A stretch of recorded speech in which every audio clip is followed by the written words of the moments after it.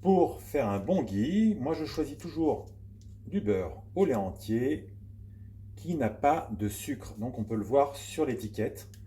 Et là on voit qu'il n'y a pas de sucre, il y a de la crème, du lait entier et des ferments lactiques.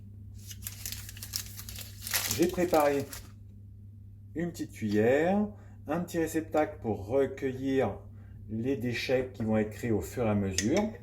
J'ai préparé également un bocal. Là j'ai pris un bocal de confiture avec un filtre à café. L'idéal, c'est des filtres à café en inox, mais les nôtres sont restés au centre goutte d'or. On peut également avoir une petite écumoire. En inox, c'est mieux. La plaque de beurre, je ne me complique pas, je la prends et je viens la placer directement dans la casserole.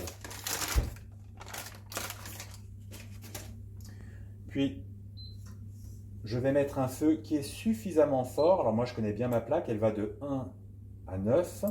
Et moi, je vais à 3, c'est-à-dire un tiers de sa puissance. Et je vais laisser fondre. Ça va durer à peu près 30 minutes. Voilà, on peut voir qu'il y a de l'écume qui s'est mise à la surface. Alors cette écume, c'est les protéines, c'est le lactose, c'est l'eau également. On va venir dégager. Alors selon la qualité du beurre et sa provenance, on peut avoir d'autres couleurs de crème, peu importe, et de mousse. Donc peu importe, là nous, on enlève. Tout ce qui est en surface, on enlève. Donc avec la cuillère délicatement, de façon à ne pas faire redescendre cette mousse à l'intérieur du liquide. Après non plus, on ne va pas y aller avec une très grande précaution. Hein, ça se fait tranquillement. On en enlève un maximum. Voilà. On va le relancer encore une fois pour voir s'il y aurait quelque chose à sortir éventuellement. Hop, donc on laisse de nouveau frémir.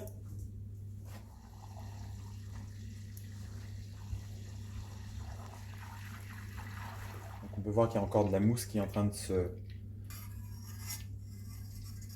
dégager. Donc, on vient l'enlever.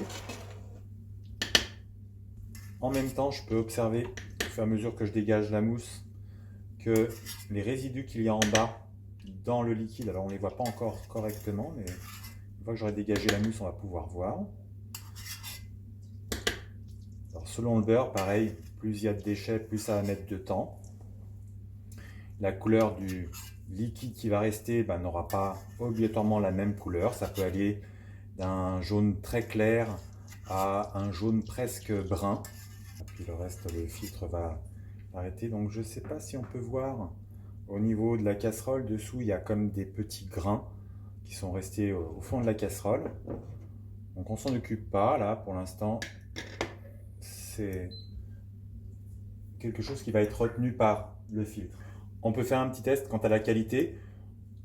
Quand on a l'habitude, plus besoin. On trempe une petite bandelette de papier, on allume et si ça crépite, voilà, ça crépite pas, ça veut dire que notre ghee est parfait. Je prends le pot, le filtre, je fais passer le liquide dans le filtre. Voilà ce qui reste au fond de la casserole, comme des petits grains de sable et dans le filtre. Le ghee est prêt à être consommé. Alors soit la température il peut rester liquide, soit il peut se durcir comme un miel. Le ghee on le conserve à l'extérieur, pas besoin de le mettre au frigo. C'est ce qu'on appelait le beurre clarifié au Moyen-Âge. Donc il va rester assez longtemps consommable, plusieurs mois, s'il est bien fait peut-être même plusieurs années. Je vous remontre sa couleur. Alors pour l'instant il y a de la petite mousse, mais cette mousse elle est plutôt due au fait qu'on ait transvasé le liquide à l'intérieur, le ghee à l'intérieur, le beurre clarifié, et sa couleur Voilà, il n'y a plus de dépôt. À vous de jouer.